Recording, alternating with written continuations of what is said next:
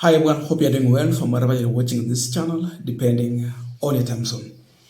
Now, from yesterday, if you go online, you will see several photos that are trending on social media.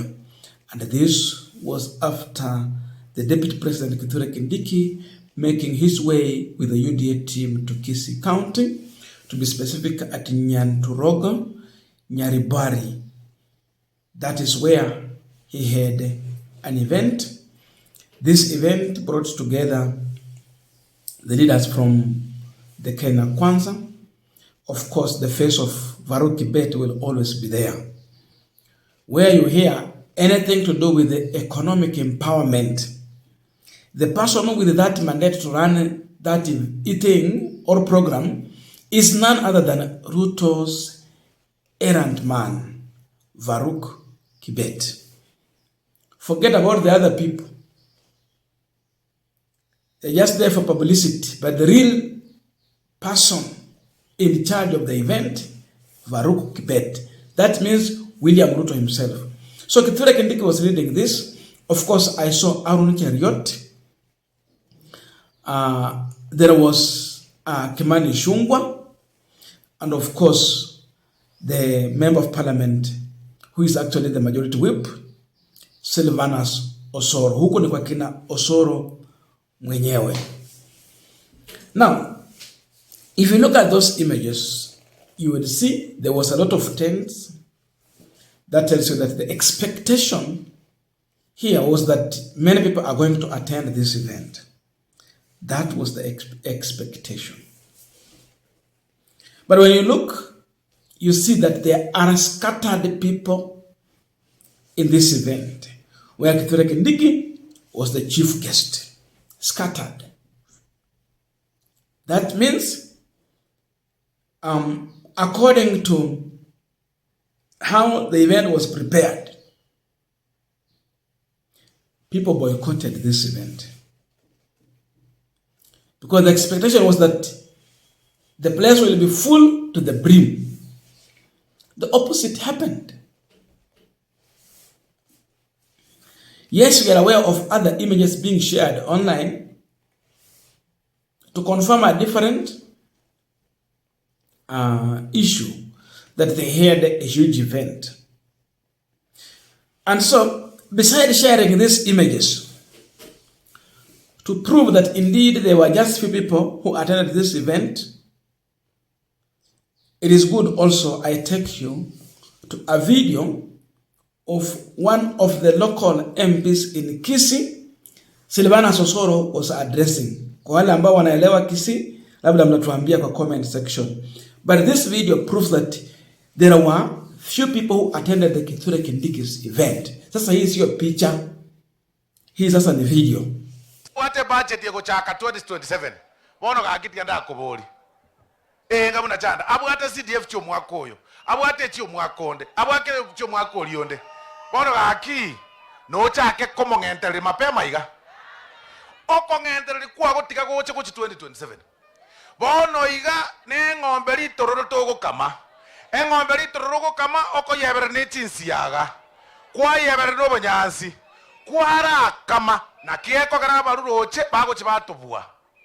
Oizo ko genda roche mbaru wake mbono mbake ritumongwono yokura pi yani mbamwete no pi intutu amwete intugo chintu amwete enke lakini gari mbamweti pi lakini lilibakora lilibamanya ngosoire bagatuma mugakori ngagenda okwani oria turanyore ebintu bakamukwania bono maate Jumapili no mo president yakare kokoraja madaraka day ali no akare orosiri stadium orosiri airport iri aba yaimokire igoro ntunto maite ko sengo tunganyina bari lakini barara onyorire bararageire chipara chiarabeire ebinto byarabeire toche se itoga gusi ngiyeko.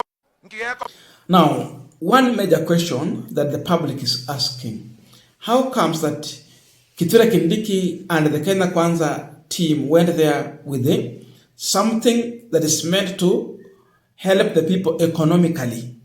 Because they went there to support micro and small enterprises, MSE. So you would expect people to come up in their numbers, but they don't come. The question is why? Why boycott an event that was meant to bring economic empowerment to the people in Kisii? That is the big question on this pipeline. And before we go deeper into the discussion, I have a quick and humble request for those who are watching this channel and you have not yet subscribed, please consider subscribing. To our returning subscribers, I must say thank you so much.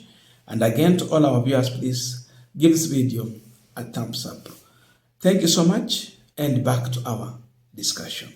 Now, we know very well that the issue of economic empowerment programs where Ruto and his team are bringing hard cash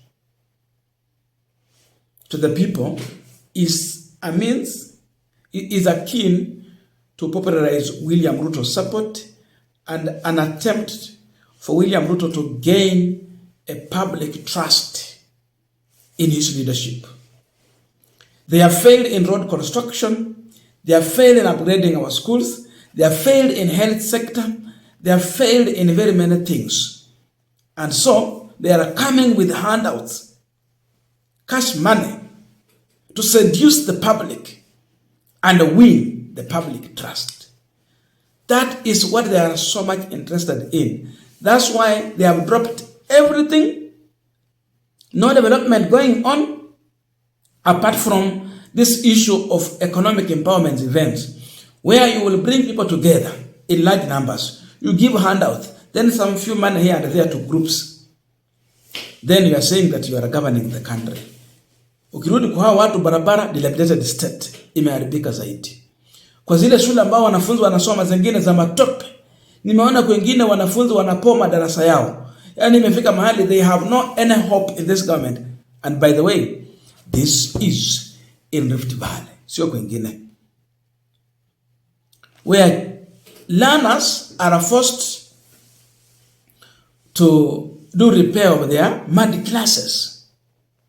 Alafu na expect wanafunzi hawa, they compete favorably with the other schools.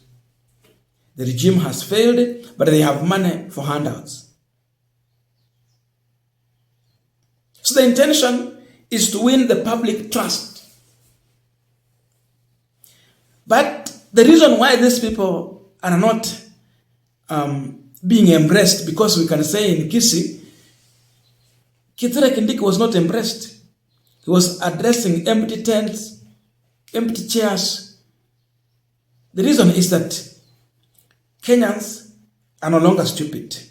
They can see what the regime is focusing on and really not solving the very problem on the ground. So due to that, people are deciding to keep away from leaders who are not interested in serving their interest, but focus on just getting their votes. The people in Kisii did not see any value in attending Kithure Kindiki's event where they're going to be lied to. Then at the end of the day, the problem continues.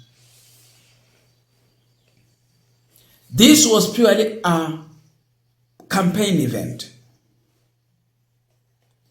And the people are not ready for the campaign events, especially being led by the government side, because they have learned that this government is being led by people who focus on lip service, but not really solving the problem on the ground. And so they are attacking the pay slip. They have overtaxed everything. They have killed the business. Even if they are bringing this money, they are saying economic empowerment.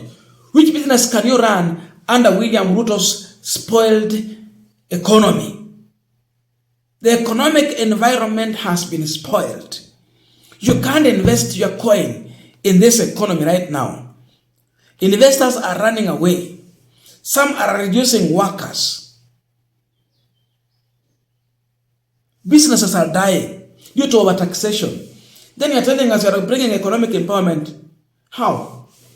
When you've already killed the business. So people are finding no any good reason to associate themselves with a failed regime. So this is total embarrassment to Kithure Kindiki and William Ruto. The formula is trying to use might not work at all. Kisii is proving William Ruto wrong. Let him go back to the drawing board, work for Kenyans, and stop this shenanigan of empowerment nonsense. It's not going to work. Kenyans are more clever this time round. So we can say that this event is a wake-up call for William Ruto to go back in the office, strategize and work for Kenyans, stop this gimmick thing, which is actually just a political event.